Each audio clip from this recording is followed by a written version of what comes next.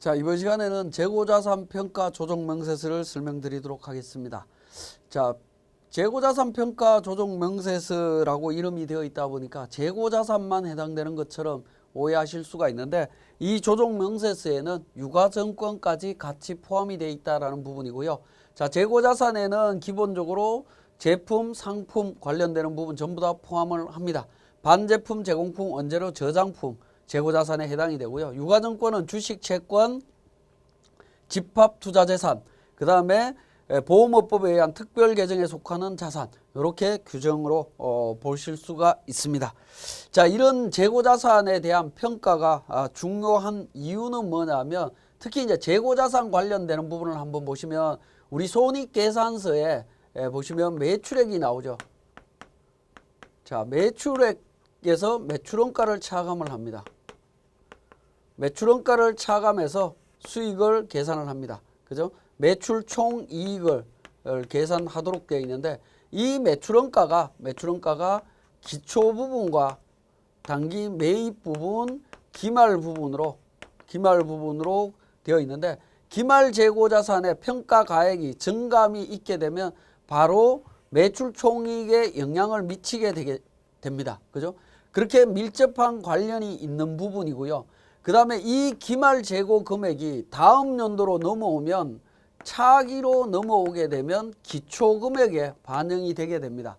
자, 기초금액의 매입과 다음 연도의 기말로 이렇게 정리가 되면서 기초금액의 과대와 과소금액으로 영향을 미치면서, 마찬가지로 매출원가가 변동이 생길 수밖에 없습니다. 감소하거나 증가하거나 하는 여러 가지 원인들이 생길 수밖에 없습니다. 그래서 이 기말 평가 금액이 어떻게 되느냐에 따라서 당해 연도의 이익 금액과 다음 연도의 원가에 바로 직접적으로 영향을 미치기 때문에 이 평가 방법을 법에서 규정을 하고 있다라는 겁니다. 그래서 평가 방법을 함부로 할 수 없도록 법에 규정을 하고 있습니다. 자, 그 평가 방법을 자세히 살펴보도록 하겠습니다. 자, 재고자산 유가증권 평가 방법입니다. 자, 재고자산은 원가법과 저가법 중에 선택해서 신고할 수가 있고요. 자, 유가증권은 원가법 중에 개별법, 총평균법, 이동평균법으로 해서 선택해서 정리를 하실 수가 있습니다. 자, 재고자산의 평가 손실을 인정을 하려면 저가법으로 반드시 신고되어 있어야 되는데, 취득가액과 시가 중에 낮은 가액으로 할 수 있습니다. 자, 저가법으로 신고한 경우에 신고 시 평가 손실, 재고자산에 대한 평가 손실을 송금으로 인정받을 수 있다라는 겁니다. 그죠? 송금 인정받을 수 있다라는 점. 그래서 신고 방법을 반드시 정리를 잘 해주셔야 되겠습니다. 자, 평가 방법의 신고 및 변경 신고입니다. 법인 설립일이 속하는 사업연도에 과세표준 신고 기한까지 신고할 수가 있고요. 자, 변경할 방법을 적용하고자 할 때는 사업연도 종료일 이전 3월이 되는 날까지 변경 신고를 하시면 됩니다. 만약에 무신고나 이미 변경했으면 어떻게 되느냐? 재고자산은 무신고 시에 선입선출법을 적용을 합니다. 자, 유가증권은 총평균법이고요. 근데 이미 신고한 방법에 이미 변경해서 이 변경 신고 기한을 놓쳐서 다르게 평가를 했다라고 하면 임의 변경으로 보게 되는데, 이때는 무신고 방법의 가액, 즉 재고자산의 경우에는 선입선출법과 당초에 신고한 평가 방법 중에 둘 중에 큰 금액으로 평가하도록 되어 있습니다. 그래서 한번 신고된 방법이 있다라고 하면 그 방법을 정상적으로 적용을 하셔야 되고, 만약에 평가 방법을 변경하겠다라고 하면 이 변경 기한도 잘 지키셔야 될 것 같습니다. 자, 그 다음에 세무조정에 대한 부분입니다. 재고자산 평가에 대한 세무조정인데요. 자, 세법상의 평가액하고 장부가액과 비교해서 세법상의 평가 금액이 크다, 자산이 증가했다라고 하면 어떻게 되겠습니까? 이익이 늘어나야 되겠죠. 이익이 늘어나는 거, 입금 산입 유보 또는 송금 불산입 유보입니다. 매출원가가 과대 계상되어 있기 때문에 송금 불산입 유보 처리를 하고요. 다음 연도에는 그 재고자산이 기초재고자산으로 가서 전부 매각된 걸로 봅니다. 그래서 차기 경우에는 송금 산입 유보가 됩니다. 자, 세법상의 평가가액이 장부가액보다 작은 경우에는 그러니까 비용이 그만큼 작게 계산이 돼 있죠. 송금 산입 유보 처리를 해줘야 되고 차기에는 송금 불산입 유보 처리를 합니다. 자, 유가증권에 대한 부분입니다. 유가증권은 단기매매증권과 매도가능증권으로 할 수가 있는데 단기매매증권은 기업회계상에서 평가 손실은 손익계산서 항목으로 되어 있습니다. 손익계산서 반영으로 되어 있고요. 매도가능증권에 대한 평가 부분은 재무상태표에 자본 항목으로 구성이 되어 있다라는 겁니다. 자본 항목으로 구성되어 있다라는 점 기억을 하셔야 되는데, 자, 각각에 대한 세무조정을 보면 매매증권에 대한 평가 금액, 즉 단기매매증권 평가 이익은 손익계산서에 이미 반영이 되어 있는데 이 부분에 대해서는 이미 평가가 되면 평가 이익은 세법상의 입금으로 인정이 되지 않습니다. 그래서 입금 불산입 유보 처리를 하고요. 평가 손실도 마찬가지로 송금으로 인정을 하지 않기 때문에 송금 불산입 유보 처리를 합니다. 자, 매도가능증권에 대한 세무조정 부분은 조금 복잡한데요. 뭐냐면 자본의 항목으로 되어 있다라는 겁니다. 자본이 증가하거나 감소했다라고 하면 여기에 대한 세무조정, 1차 세무조정이 반드시 나옵니다. 입금 또는 송금에 대한 부분에 세무조정이 나오겠죠. 이거는 자본의 변동이기 때문에 기타로 소득처분을 합니다. 그리고 2차로 가게 되면, 자, 입금 산입하고 송금 산입한 부분을 보면 결국에 입금 산입, 송금 산입하고 나면 손익계산서에 비용으로 인정을 해준 결과가 나옵니다. 비용으로 인정을 해주고 나니까 자산의 평가차손익이죠. 자산의 평가차손익은 입금 불산입 또는 송금 불산입으로 되어 있습니다. 그래서 평가차손익에 대해서는 입금 불산입이나 또는 송금 불산입을 처리를 하도록 되어 있습니다. 이건 유보로 소득처분이 되겠죠. 자, 그래서 매도가능증권 평가이익은 자본 항목 중에 기타 포괄손익 누계액에 포함이 되어 있을 거고, 그러면 자본이 증가했기 때문에 입금산입 기타, 그리고 입금산입 기타를 함과 동시에 평가이익이 손익계산서에 반영된 걸로 봅니다. 그래서 송금불산입 유보 처리를 합니다.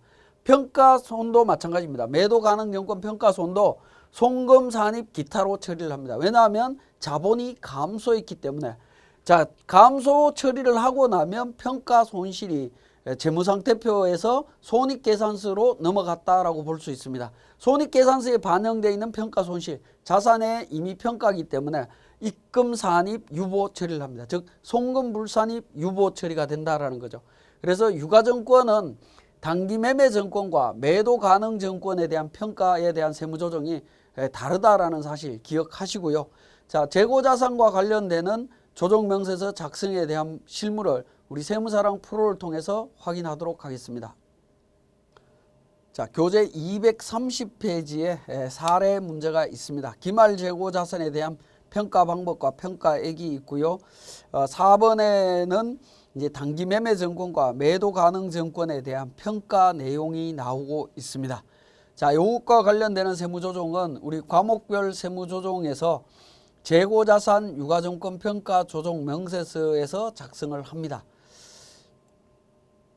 재고자산 유가증권 평가 조정 명세서는 1번 재고자산 평가 방법 검토 서식과 평가 조정 계산 서식이 있습니다. 자, 그러면 자산별로 제품, 상품, 재고자산 관련되는 부분과 유가증권에 대한 부분, 신고 방법과 평가 방법을 선택해서 입력을 합니다. 자, 제품과 상품의 경우에는 신고 방법이 이동평균법으로 신고했다라고 되어 있습니다. 그래서 신고 방법에 이동평균법을 선택을 해주시면 되겠고요. 자, 평가 방법도 마찬가지로 상품과 제품에 대해서는 이동평균법으로 평가를 했습니다. 그래서 세법상으로는 적정하게 평가를 한 거죠. 이렇게 해서 여로 선택을 해주시면 되겠고요. 원재료는 평가 방법을 신고하지 않았습니다. 그런 경우에는 무신고로 선택을 하시고요. 평가 방법은 후입선출법으로 원재료에 대해서는 후입선출법으로 평가를 지금 했다라는 겁니다. 그죠? 그러면 후입선출법 선택해서 적용을 해주시면 되겠고 적정 여부는 부로 선택하시면 되겠습니다. 자, 유가증권 무신고되어 있습니다. 그죠? 유가증권에 대해서 평가 방법 신고 안 했기 때문에 무신고고요. 평가 방법은 기업회계 기준에 따라서 유가증권을 평가했다라고 되어 있기 때문에 상장 주식이기 때문에 이 부분은 시가법으로 평가를 했을 겁니다. 그래서 시가법으로 이렇게 정리를 해주시면 되겠습니다. 자, 그리고 평가 조정 계산에 있어서는 상품 유가증권 별로 전부 다 회사 장부 가액과 세법상의 평가 가액 금액을 비교해서 입력을 해주시면 됩니다. 자, 그래서 과목 코드 상품 부분 입력을 하시는데 회사 계상액은 1억 5,390만 원이죠. 1억 5,390만 원이고 세법상 신고 방법 이동평균법으로 신고를 했습니다. 그러니까 정상적으로 되어 있기 때문에 1억 5,390으로 입력을 해주시면 됩니다. 그러면 평가에 대한 조정 금액은 없습니다. 세무조정 금액은 없다라고 보시면 되겠고요. 자, 원재료에 대해서는 2,600만 원입니다. 후입선출법으로 되어 있습니다. 평가 방법을 신고를 안 했습니다. 무신고했을 때는 선입선출법 적용한다라고 했죠. 우리 교재의 선입선출법에 의한 거는 2,700입니다. 그래서 차이 금액 100만 원 세무조정을 하셔야 되는 부분이고요. 제품에 대해서는 평가 방법대로 신고가 되어 있기 때문에 별도의 세무조정 절차는 없습니다. 자, 단기매매증권 같은 경우에는 자, 단기매매증권 취득가액 1,000만 원이고요. 시가 1,500입니다. 그죠? 회사 장부에는 1,500으로 계산이 되어 있고요. 우리 세법상의 평가는 취득가액이 평가 금액입니다. 1,000만 원이기 때문에 마이너스 500 조정 금액이 나옵니다. 자, 매도 가능 증권은 1,800으로 계산이 되어 있을 거고요. 시가법으로 했기 때문에 1,800입니다. 근데 취득가액 2,000만 원이기 때문에 200만 원에 대한 조정사항이 나옵니다. 자, 이 부분을 우리 F3번 조정 등록을 통해서 세무조정을 하시게 되면 재고자산 평가증이라고 해서 200으로 순액이 나오게 됩니다. 그죠? 조정액의 순액 금액으로 이렇게 반영이 되지만 이러한 재고자산 평가 조정 명세서에서 세무조정을 하실 때에는 개별 자산별로 각각 세무조정을 해 주셔야 됩니다. 그래야 유보 잔액을 관리하는데 문제가 없습니다. 자, 그리고 자, 보시면 재고자산과 관련해서 100만 원 금액이 있었죠. 재고자산 평가감 100만 원 개별적으로 세무조정을 했고요. 자, 그 다음에 단기매매증권 평가 이익과 관련되는 부분, 매도증권 평가 손실과 관련되는 세무조정 정리가 되어 있습니다.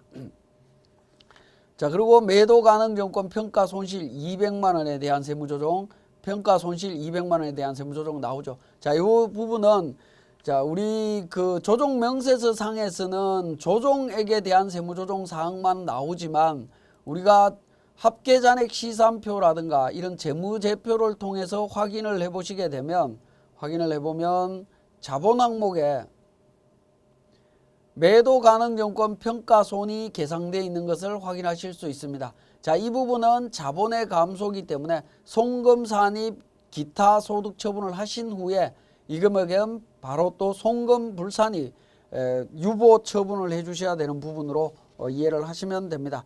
231페이지에 그것과 관련되는 세무조정 내용을 장부상 붕괴, 세법상 붕괴, 조정 붕괴, 조정 수정 붕괴를 통해서 세무조정하는 과정을 자세하게 설명을 해놨기 때문에 교재 내용을 통해서 특히 매도 가능 증권 평가 손실이나 평가 이익에 대한 세무조정 내용을 정리해 주시기 바랍니다. 자, 지금까지 재고자산 유가증권 평가 조정 명세서에 대한 설명이었습니다.